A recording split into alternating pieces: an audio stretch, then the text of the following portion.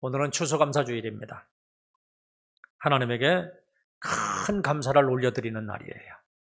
올 한 해를 돌아보면서 감사한 일들을 생각하면서 큰 기쁨으로 감사를 드리는 날입니다.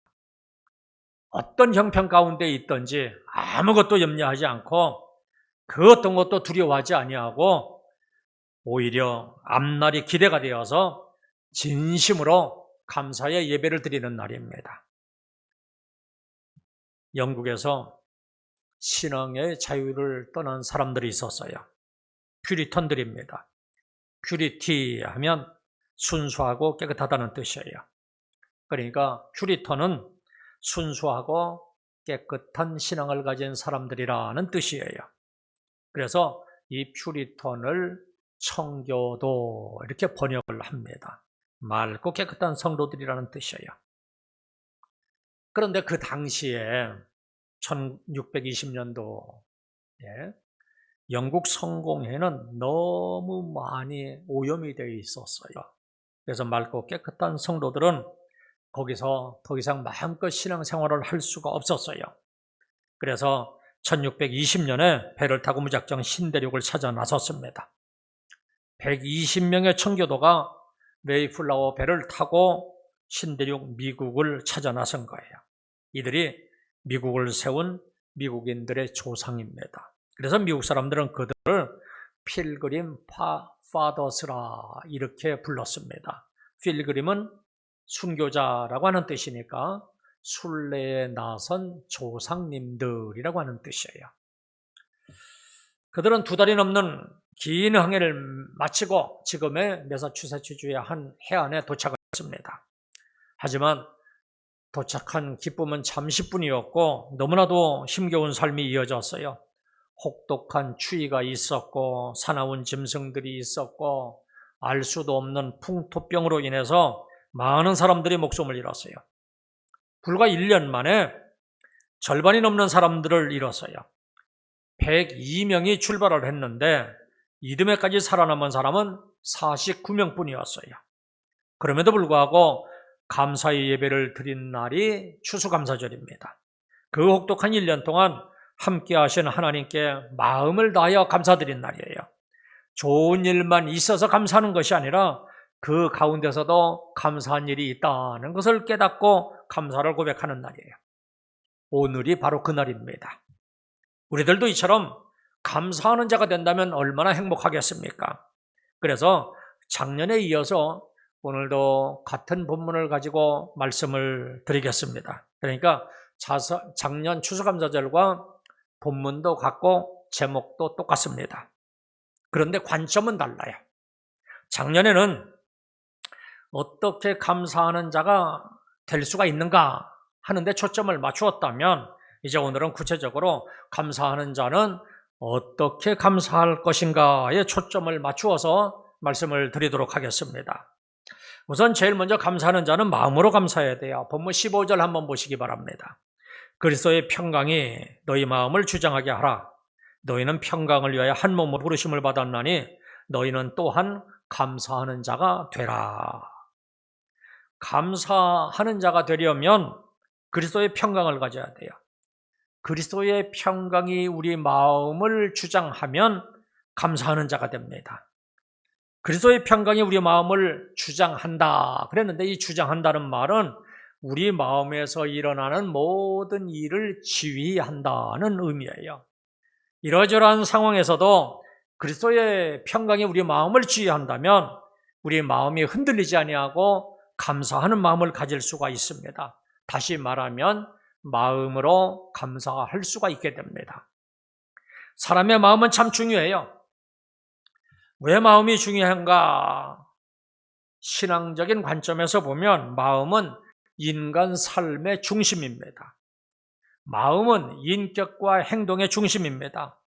생각, 감정, 의지 이러한 인간 내면의 활동 중심이 마음이에요.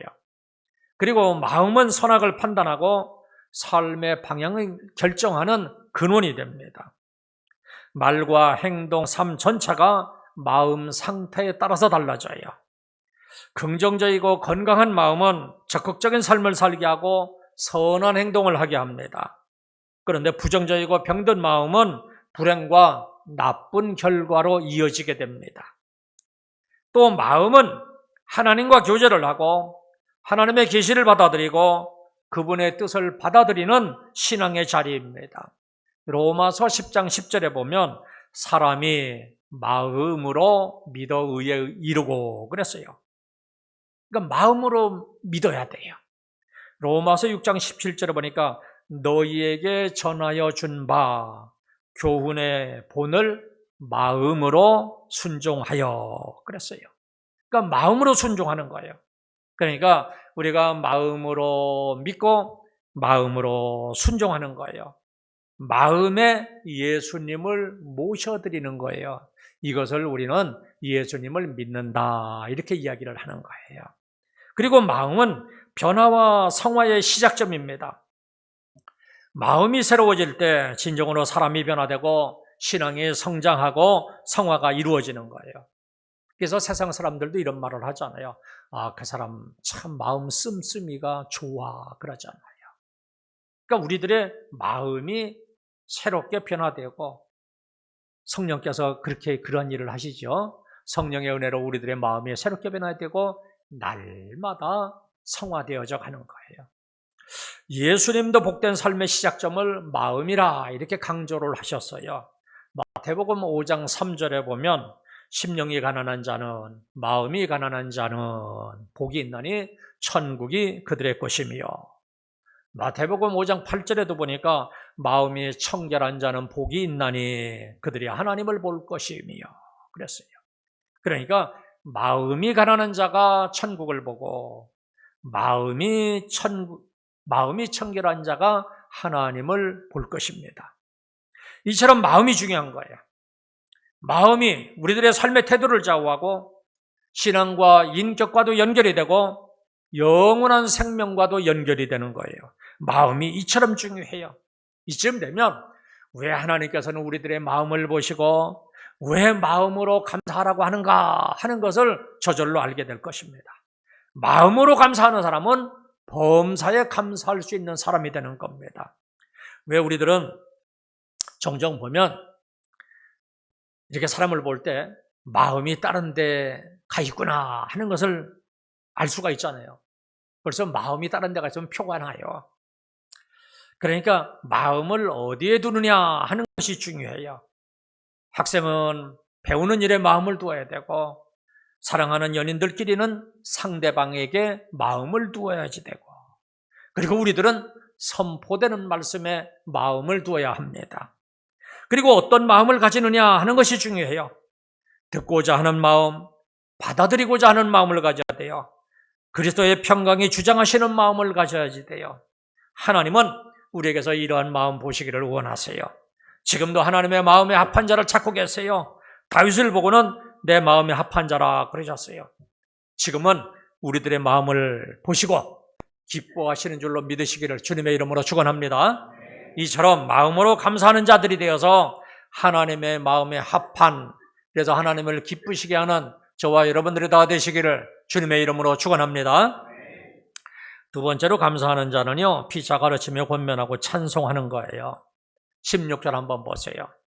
그리스도의 말씀이 너희 속에 풍성히 거하여 모든 지혜로 피차 가르치며 권면하고 시와 찬미와 신령한 노래를 부르며 마음의 감사함으로 하나님을 찬양하고. 감사하는 자가 되려면 그리스도의 말씀이 우리 속에 풍성히 거하여야지 돼요. 이것이 작년 설교였어요. 이렇게 그리스도의 말씀이 우리 속에 풍성하게 거하면 실제적으로 나타나는 두 가지 은혜가 있습니다. 첫 번째는 모든 지혜로 피차 가르치며 권면하는 것이고, 두 번째는 시와 찬송과 신령한 노래를 부르는 거예요. 피차 가르치며 권면하는 것은 요즘 말로 이야기하면 나누는 거예요. 우리가 구역 모임에서 서로 나눔의 시간을 갖습니다. 그런 의미에서 구역 소그룹 모임은 참 중요해요. 소그룹이기 때문에 가족적이잖아요. 얼굴과 얼굴을 서로 마주보면서 마음과 마음을 서로 나눌 수가 있습니다. 소그룹에서는 서로가 섬기고 서로가 세워지는 일이 가능합니다. 초대교회 성도들은요, 듣고 은혜 받은 것을 며칠 동안을 기억을 하고 있다가 믿음이 약한 자들에게 기억나는 것을 다시 이야기해 주었을 거예요. 또 자기의 마음과 생각과 느낌을 서로 나누었을 겁니다.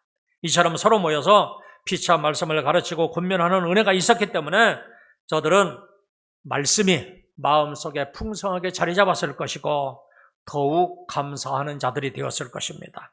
그리고 또 한 가지, 시와 찬송과 신령한 노래를 부르는 겁니다.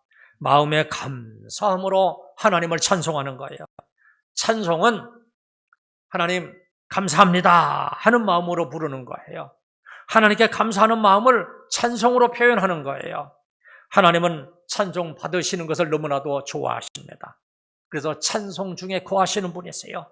찬송이 있는 곳에는 하나님께서 임재하십니다. 그런데 어떤 사람은 참 감사한 마음으로 밝은 표정으로 찬송을 하는데 어떤 사람은 어디서 무슨 일을 당했는지 아주 심각한 표정으로 찬송을 하는 사람도 있어요.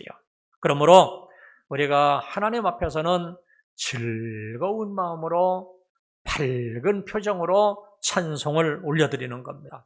시와 찬송과 신령한 노래를 부르라 하였고 마음의 감사함으로 하나님을 찬양하라 그랬습니다.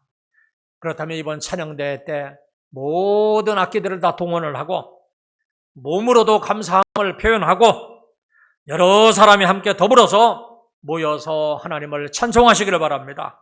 그래서 찬송 중에 거하시는 하나님을 기쁘시게 하는 감사의 계절이 되시기를 주님의 이름으로 축원합니다.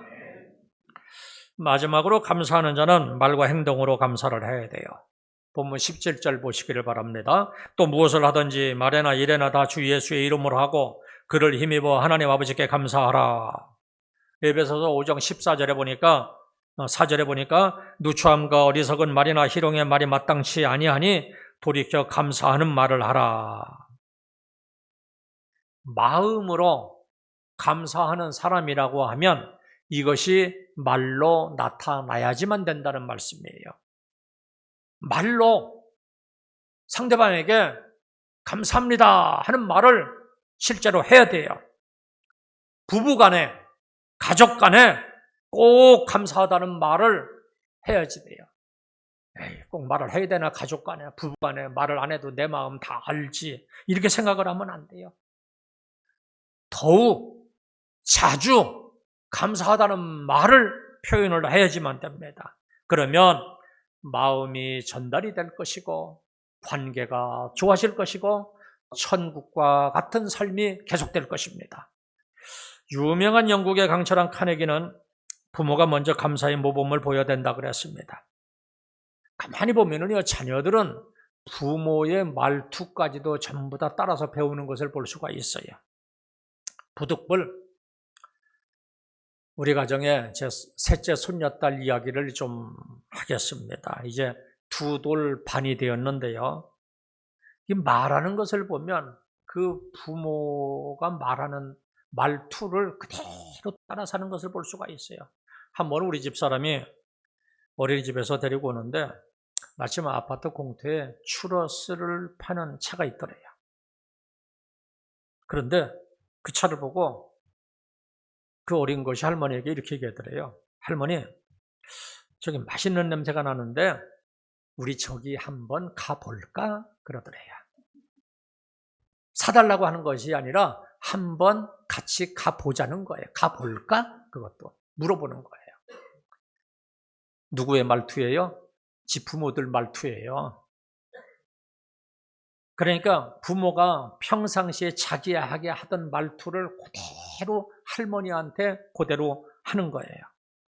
또 한 번은 할머니가 텔레비전을 보고 있으니까 옆에 와서 바짝 붙어서 앉으면서 이런 얘기를 하더래요. 할머니, 지금은 할머니 거 보고 그리고 하윤이 것도 보자 그러더래요. 언니들하고 TV 서로 보겠다고 이제 막 다투잖아요. 그래서 이제 이렇게 기다렸다가 순서가 되면 보는 것이다 가르쳤더니 그것을 할머니한테도 그대로 써먹는 거예요. 그러니까 이처럼 아이들은 어른들의 말을 그대로 따라하는 거예요. 감사의 말도 그래요.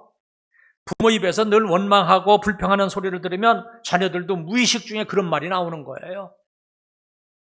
그러나 늘 감사하고 기뻐하는 모습을 보이면 자녀들도 그렇게 해요. 감사의 말을 배우게 하시기를 바랍니다. 기뻐하는 모습을 보여주시기를 바랍니다. 감사는 재산입니다. 감사하는 사람이 부자예요. 부자일지라도 불평하는 사람은 실상은 가난한 사람이에요. 우리의 소유가 우리를 풍성하게 하는 것이 아니라 감사하는 자세가 우리를 풍성하게 만들어줘요. 감사가 우리를 부자로 만들어줘요. 감사함으로 사업을 하면 잘 될 수밖에 없어요. 감사는 재산이고 보화입니다. 감사하는 삶으로 모든 어려운 삶도 이겨낼 수가 있고 더 귀한 은혜의 자리로 나아갈 수가 있어요. 인생을 살다가 보면 어려운 일이 찾아오게 마련이잖아요. 그러나 감사하는 삶을 살게 되면 이 모든 일을 다 이겨낼 수가 있어요. 성경에 나오는 위대한 믿음의 사람들은 다 감사하는 사람들이었어요. 다윗왕을 보면요, 막 너무 기뻐해가지고 춤을 추면서 하나님 앞에서 감사의 기도를 했어요. 다니엘도 어려움 중에도 날마다 감사했고요. 욥은 시험 중에도 감사를 했고, 바울은 항상 감사했어요. 감옥에서도 찬송하며 감사를 했어요. 이처럼 성경의 위인들은 모두가 감사하는 자들이었어요. 만약에 이렇게 감사하는 모습이 없었더라면 저들이 그렇게 위대한 인물들이 못 되었을 거예요. 유명한 성경 주석가 매튜 헨리가 있는데 이 사람이 도적을 맞은 후에 이렇게 감사를 했어요. 하나님 아버지시여, 내가 도둑질하지 아니하고 도적 맞은 것을 감사합니다. 그리고 도적이 재산은 가져갔지만 생명을 지켜주신 것을 감사합니다. 사실이 그렇잖아요. 그죠? 내가 도둑놈이 안 된 게 어딥니까? 내 생명이 이렇게 유지된 것이 어딥니까? 이렇게 하나하나 찾아서 감사하는 거예요. 이렇게 감사하는 사람이 하나님께 귀한 사람이고 쓰임을 받습니다. 사랑하는 성도 여러분, 감사가 보화입니다. 감사가 재물입니다. 감사가 행복입니다. 감사가 건강입니다. 감사하면 복이 따라다닙니다. 우리 하나님 아버지께 진심으로 감사하시기를 바랍니다. 마음으로 감사하시고 찬송으로 감사하고 말로 감사하시기를 바랍니다. 감사는 우리 신앙의 핵심이고 진짜 믿음을 가지고 있다는 증거가 됩니다. 감사는 우리 삶의 그리스도의 평강에 주장하게 하는 열쇠이고 우리를 축복의 통로로 만들어버립니다. 어떤 상황에서도 감사하는 자가 되는 은혜가 있기를 주님의 이름으로 축원합니다. 이제 기도하겠습니다.